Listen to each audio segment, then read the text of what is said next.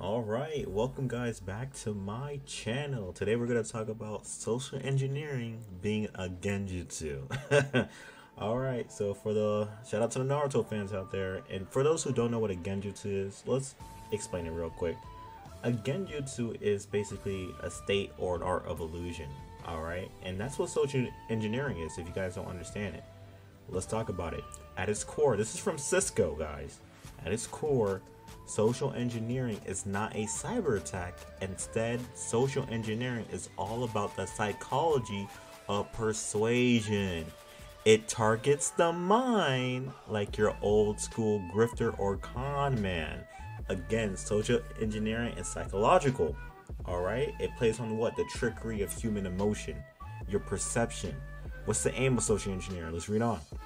The aim is to gain the trust of targets so they lower their guard, and then encourage them into taking unsafe actions such as divulging personal information or clicking on web links or opening attachments that may be malicious.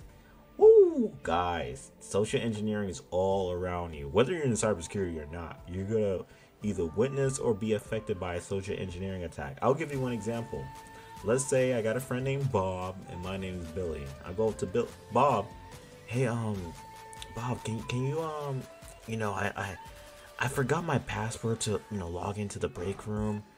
Can you give me yours and stuff like that, just so I can log in? And but I just needed to log in.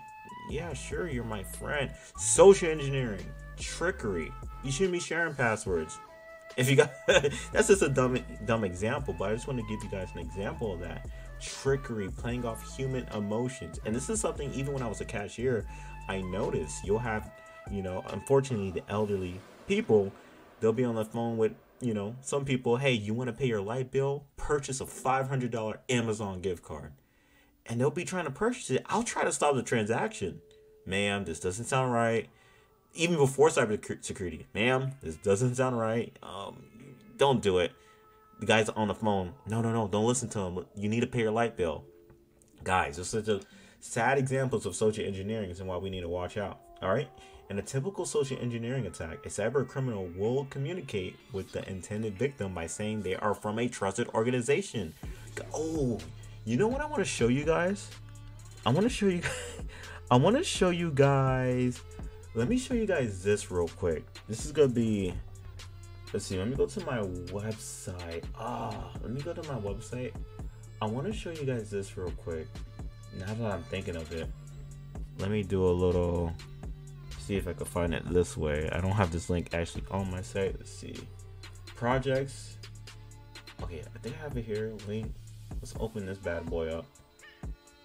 I want to show you guys this since we're on a topic of social engineering. Let's open this guy up real quick. Okay. Okay, there we go. All right, I'm bringing it over to the screen. Let me pull this out because this is right on topic too. Show you guys this. This is a perfect example. I've never thought I'll show this. Let's go into slideshow presentation. All right. Robinhood. Okay, I did this. You can see I did this back in January. Robinhood attack case study. All right, so let's talk about it. Everyone knows what. I'm assuming you know what Robinhood is. Brokerage, pretty popular among the giants, like federally. All right, let's move on. All right, attack category. So this is gonna be a lesson. This is off the rip, guys. So Robinhood was hit with a data breach last November 2021. Now, how did this data breach happen? As you can see in the green box right there, the attack was a compilation of phishing and impersonation. These two stem from social engineering. So now social engineering breaks down into more sections. You have phishing, which is trickery over the phone, which I gave you the example with the elderly lady being told to buy a $500 Amazon gift card to pay her light bill. Impersonation. Hey, I'm actually I'm a Cisco employee. You mind if I get your login credentials? Guys, impersonation. Now, believe it or not, the attacker let's read that. The attacker gained access to Robinhood customer support system by posing as an employee through the phone. Hey guys. Yeah, I'm actually I'm actually an employee.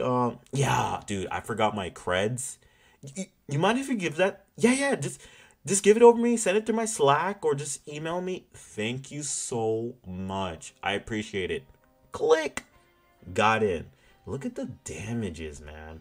Over 310 victims had their what, PPI information exposed. Date of birth, zip codes, all that stuff. Emails exposed. And PurpleSec, which we're going to bring up PurpleSec in a minute. According to PurpleSec, 98% of cyber attacks rely on social engineering. Guys, guys, it's all trickery. All trickery. All right, let's move on to the next slide. And it gives you more company description, summary. And if you guys want to download this, you could just go to my website and type in that. It's writerly/projects. All right, and read more about it. And I do encourage you guys who are trying to break into cybersecurity, do a project like this. Learn more about attacks and how it's actually launched and how threat actors pursue with that. And there's a timeline I did. Again, it started November 3rd, 2021, all the way down to November 16. All right, and you can read that on your own. And I basically gave remediations, or what were the vulnerabilities? Again, we talked about phishing, voice phishing, using telephone to conduct phishing attacks. And as you see, I mentioned the fraudster called Robinhood customer support and impersonated as an employee and obtained creds. All right, privilege escalation, unauthorized access, impersonation, so on and so on. And as you guys can see right here in this gray box, just an overall summary. We got to build up our cyber hygiene. All right, whether in your retail, healthcare, brokerage, all that stuff, we have to build up cyber hygiene. What is that?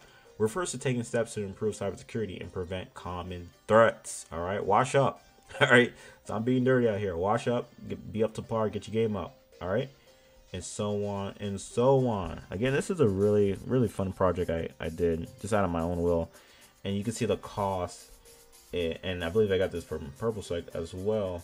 Usually data breaches cost companies around $4 million, and phishing, smishing scam ever since 2019 caused what, 57 million in losses. Guys, this is huge. This is big money that's being lost to these companies.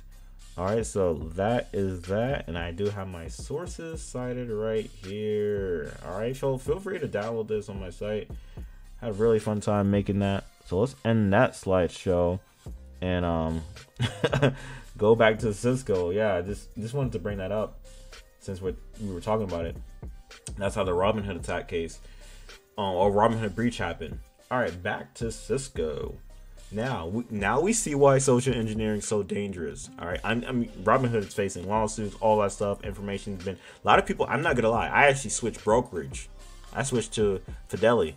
You know, I switched right then after that attack, even before it, to be honest. Okay, why is social engineering so dangerous? One of the greatest dangers with social engineering is that the attacks don't have to work against everyone. A single successfully fooled victim can provide enough information to trigger an attack that can affect an entire organization. We just saw this with the Robinhood breach. All right. And so on and so on. And as we talked about, tips to protect yourself from phishing and all that, password management, multi-factor authentication, email security, so on and so on. And as this article goes into, multiple articles are talking about, you know, how to stop social engineering. And that was a good point. Again, like we read, 90% of social engineering attack, or 90% of cyber attacks are based off social engineering. All right. And it gives you more stats on the breaches now. PurpleSec, which we saw in the Robinhood attack case PowerPoint, PurpleSec, and they go over cybersecurity stats and all that stuff. I actually wanted to look at this one stat. Let me see. The cost of cybercrime. Now, cybercrime has been really kicking off ever since 2019, you know, with the whole, you know what. So cybercrime has been boosting. All right, look at this. Ransomware is 57 more times destructive than in 2021 than it was in 2015. Okay, the average cost of a data breach to small businesses can range from 120,000 to 1.2 million. All right, And it goes on and on. All this money being lost over breach. And look at this. It costs $180 per record with PII, personal identifiable information, that was breached. And as we showed with the Robinhood attack case study, emails, names, addresses, zip codes were breached. All right. And so on and so on. So you guys, I highly recommend you guys go to PurpleSec, take a look at these stats, and see why cybersecurity and cyber hygiene is so important. All right. So that's the summary, guys. Do not get caught up with social engineering. Be aware. Make sure you're on guard and watch out for these threat actors who try to put you in these Genjustu illusions. All right. All right. Let's go to the next topic, guys. Let's go to a serious topic. All right. This is from an Amazon worker. I cried every day working in an Amazon warehouse, and in the run up to Christmas, it's physically and mentally exhausting. Now, we're going to read about this. The story came out 17 hours ago. Let's read it up. Let's read about it. An Amazon worker told Insider they got depressed after working 6 days a week before Christmas. So why am I bringing up this article? Because I want to talk about work-life balance, guys. Your lives matter. All right. Do not lose your life over a job. All right. Your life comes first. You probably have families, loved ones.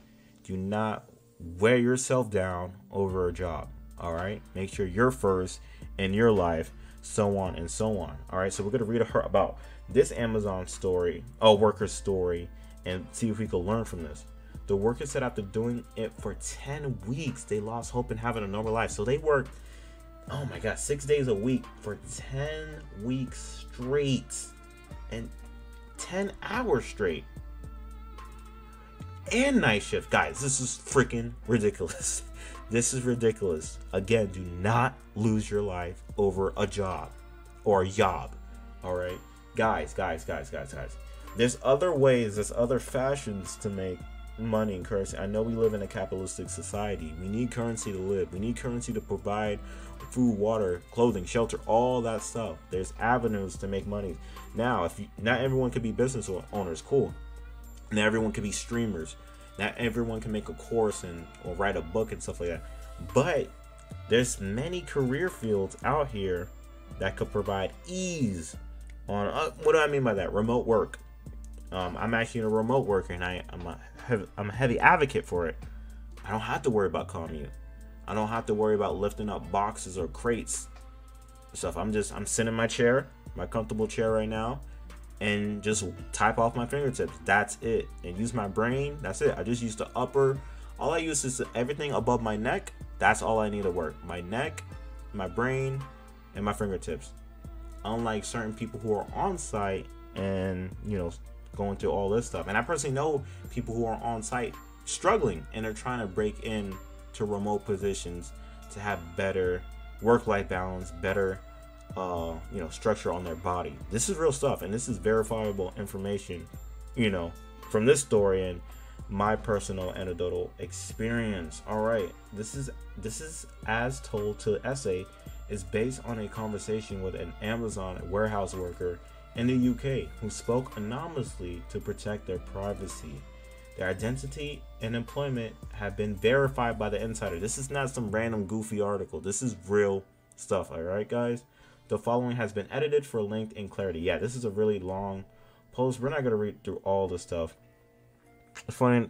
And what's crazy about this, I do have a brother who actually works in a warehouse, and we talk about it. It's hard, man. He's not pulling hours like this, but it is hard. I'm telling you, he trust me, he tells me about it. It's hard. I'm tired. I'm exhausted. I just want to go to sleep when I get home. So if she's doing this, or he's doing this for 10 hours, for 6 days straight, for 10 weeks, of course he lost hope of having a normal life, not speaking with friends, not hanging out with families, not doing, quote unquote fun stuff, whatever you deem that is. All right, and let's see what this person does at Amazon. All these 3 tasks are called counting. I also keep a record of damaged items by going around the warehouse floor and collecting them on a trolley, entering them in a system, and sorting them. All right, I think I read that wrong. Oh, my role at Amazon warehouse is inventory control. Okay, It involves counting how many items are placed in a bin or pod where items are collected, scanning barcodes on items in bins, and keeping recording on how many of the same items are placed in each bin. All right, pretty interesting. Let's see. In non-peak times, I work 40 hours a week across 4 days. All right, that's standard. So that's 10 hours a day for 4 days. Interesting. Okay, cool. And that's non-peak. That is non-peak.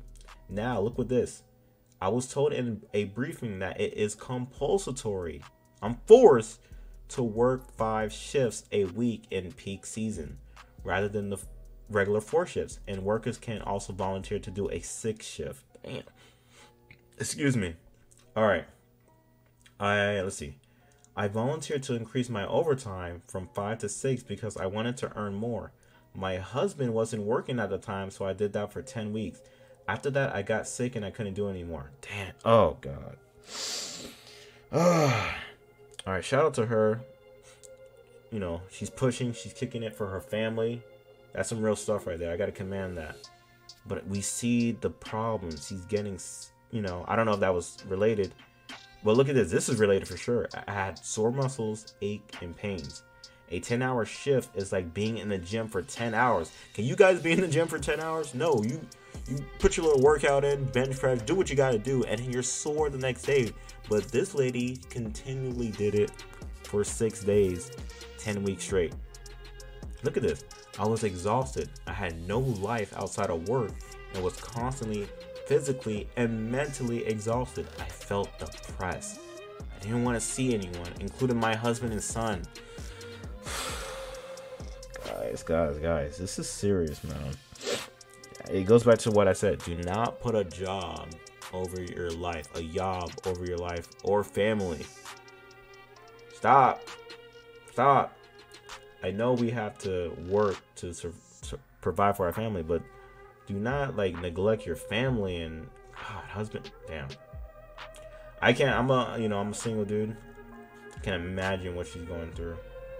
Oh, look. I couldn't leave the job because I was the only one in my family working, which goes back to this was a primary income for the whole family. So this goes back into, only having one source of income. And this is an interesting topic about having multiple sources of income, having multiple streams, multiple jobs, probably remote. So when it comes to times like this, you can easily pivot and do other stuff. Man, oh gosh. Yeah, this is a really long. Let's read the comments real quick. Shout out to her for pushing and sharing her story. This is the dark side of work people don't want to talk about. Oh, I love my job. My job is great. All right, but what about the people going through this? Struggling, losing their life, losing hope. Right here, losing hope, losing time with their family. What about the people going through that? All right. This is reality, guys. This is reality. Let's see. And we have people. We can't verify if she worked there, but she said she worked at Amazon for 3 years. The pain was excruciating for my feet. Actually, I'll use myself for an example. When I was working at Walgreens for 4 years, don't get me wrong, I love the experience. Shout out to the customer service experience. Yeah, feet will hurt. I had to put in some Dr. Scholl's in my shoes just to stand up. Especially when I did truck.